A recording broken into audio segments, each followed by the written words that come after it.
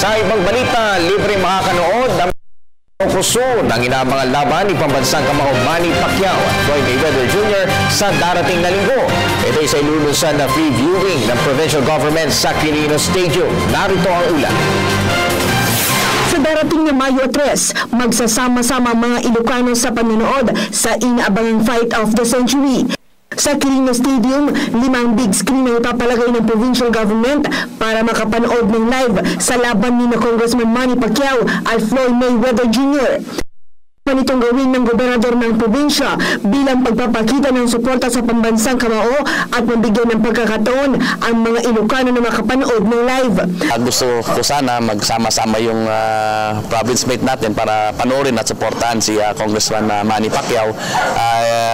Chance na rin po para maipakita natin sa mga Ilocano, mga taga-Ilocosur na malapit na rin po matapos yung Quirino Stadium na ginagawa natin. Dagdag pa ng gobernador, gusto rin niyang ipakita ang mga bagong pasilidad sa Stadium.